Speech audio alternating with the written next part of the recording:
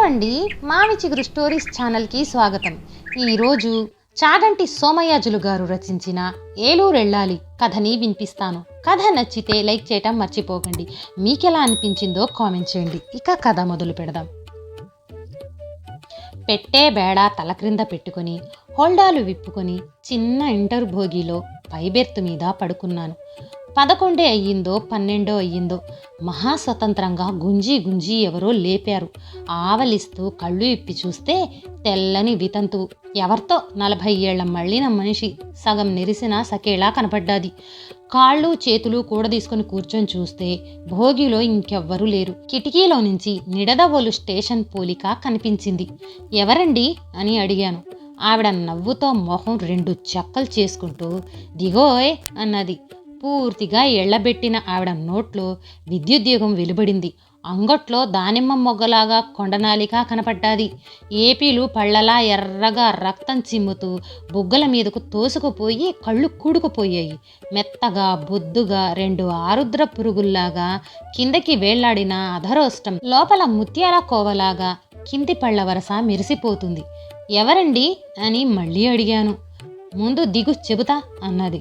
కిందకి దూకాను.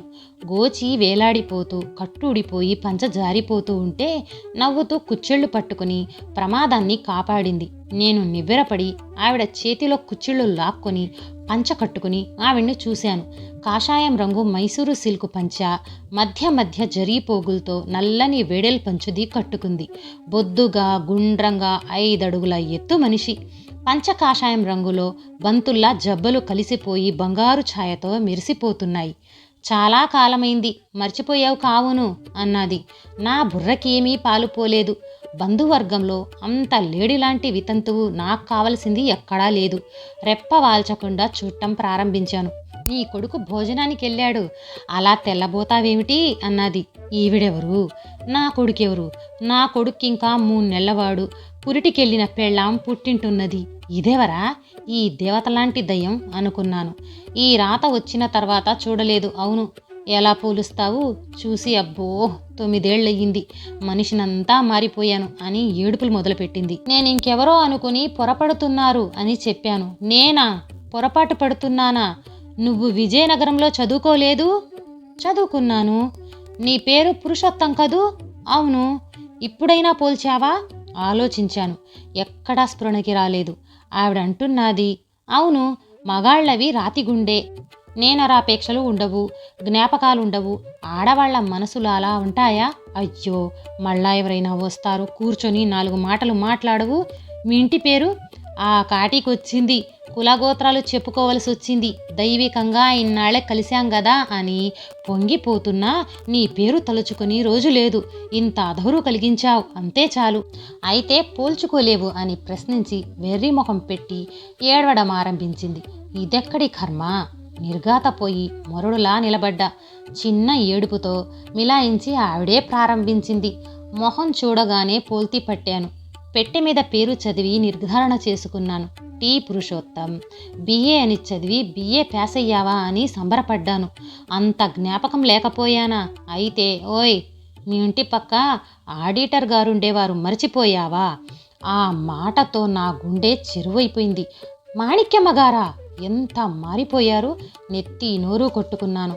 నాకప్పుడు 18వ ఏడు, ఇంటర్ చదువుతున్నాను. మా ఇంటి పక్క మేడలో ఆడిటర్ గారు ఉండేవారు. 60 ఏళ్ళ ఆయన రెండో పెళ్లి పెళ్ళం మాణిక్యమ్మ గారు. 35 ఏళ్ళ ఆవిడ. పిల్ల పీచు లేక కర్ర కట్టి సన్నగా గాజు బొమ్మలాగా ఉండేది. వాళ్ళు మేము ఒక కుటుంబంలాగా ఉండేవాళ్ళం. మాణిక్యమ్మ గారికి ఆ తర్వాత వైధవ్యం, ఊబ శరీరం, సగం నెరిసిన తల ప్రాప్తించాయి కాబోలు. ఒకనాడు కాలేజీ నుండి రెంటింటికి వస్తూ ఉంటే మాణిక్యమ్మ గారు పిలిస్తే వాళ్ళింటికి వెళ్ళాను. కూర్చోబోయే అంటూ మడత కుర్చీ వాల్చింది. చెమటగా ఉంటే పక్కనున్న విసనకర్ర తీశాను. నేను విసురుతా కూర్చో అంటూ ఆవిడ విసనకర్ర లాక్కుంది. ఇంకా నయం అన్నాను. తప్పు లేదోయ్ అంటూ విసరడం ఆరంభించింది. కాఫీ తాగి కాలేజీకి పోవాలని లేచాను. ఇక్కడ తాక్కూడదా ఏమిటి అన్నది. లోపలికెళ్ళి ప్లేట్లో 2 రసగుల్లాలు, వెండి గ్లాస్తో మంచినీళ్లు తెచ్చిపెట్టింది. హోటల్లో తెప్పించారా అడిగాను. నేను చేశానోయ్ అన్నది. మన ఆడవాళ్ల స్వాధీనంలో ఈ మిఠాయిలుంటాయనుకోలేదు. ఆవిడ విసురుతూ అట్టే చూసి, ఇక నువ్వు గడ్డం గీయిస్తూ ఉండాలోయ్ అన్నది. చిన్న నూగుగడ్డం అప్పుడప్పుడే ప్రారంభమైంది. మంగళాడి చేత తీయించుకోవటానికి సిగ్గుపడి మానుకొస్తున్నాను. పెద్దవాడి వయ్యావు, పెద్ద పిల్లని చూసి పెళ్లి చేయాలన్నది. ఒళ్ళు చచ్చిపోయింది. మాట్లాడకుండా ముంగిలాగా తిన్నాను. రెండో రసగుల్లా మొహం ఎత్తింది. ఆవిడ లోపలికెళ్ళి మామిడికాయ తొక్కు పచ్చడి, కాఫీ తెచ్చిపెట్టింది. దాంతో లేచాను. ఏమీ తోచటం లేదు. 2 నిమిషాలు కూర్చోవే అన్నది. కాలేజీ ఈ పూట మానే. బాబోయ్ గ్రూప్ క్లాసు. మా మంచివాడవు కద్దు అని జబ్బ పట్టుకుని వాళ్ళ గదిలోకి లాక్కెళ్ళి తమలపాకులేసుకో చెప్తాను అన్నది. ఆవిడ దగ్గర బాగా చనువే. ఎప్పుడూ వేళాకోళాలు ఎకసెక్కాలు ఆడుకుంటూ కలివిడిగా ఉండేవాణ్ణి. ఒంటరిగా ఉండగా ఆవిడ అల్లరి పెడితే చెడ్డ లజ్జ వేసింది. తమలపాకులేసుకుని బయలుదేరాను. కాలేజీ వాళ్ళ సెలవెట్టు అని 2 బుగ్గలు పట్టుకుని సాగదీస్తూ 2 చేతులు నా భుజాల మీదకి జార్చి నన్ను తన మీదకి లాక్కుంటూ మంచం మీద కూర్చోపెట్టింది. నాకు తారకం అంటుకుపోయింది. వాళకం తొలి నుంచే బోధపడుతూనే ఉంది. అప్పటికి నసాళమంటుకుంది. ఆడవాళ్ళంటే అవస్థ ఆరంభమైనా మాణిక్యమ్మ గారిని మాత్రం ఆ దృష్టితో ఎప్పుడూ చూడలేదు. నాకు 18 ఏళ్ళు, ఆవిడికి చూస్తే 36 ఏళ్ళు. గుండెల్లో బితుకు పట్టుకున్న గది విడిచి పోబుద్ధి పుట్టలేదు. ముహూర్త పెళ్లి కూతురులా మొహం వేలేశాను. రేపు ఈ గడ్డం గీయించవోయ్, నున్నగా పువ్వులాగుండవలసిన నీ మొహం గజ్జి కాకరకాయలాగా ఉంది అని గడ్డం తణివింది.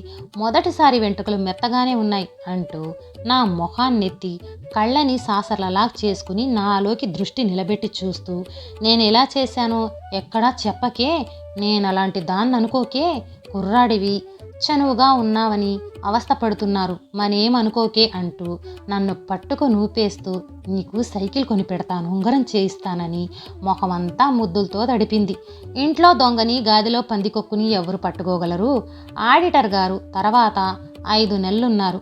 ఆ కాలం నా జీవితంలో ఒక శృంగార ప్రబంధం. ఆ 150 రోజులు 150 సువర్ణ పుటలు.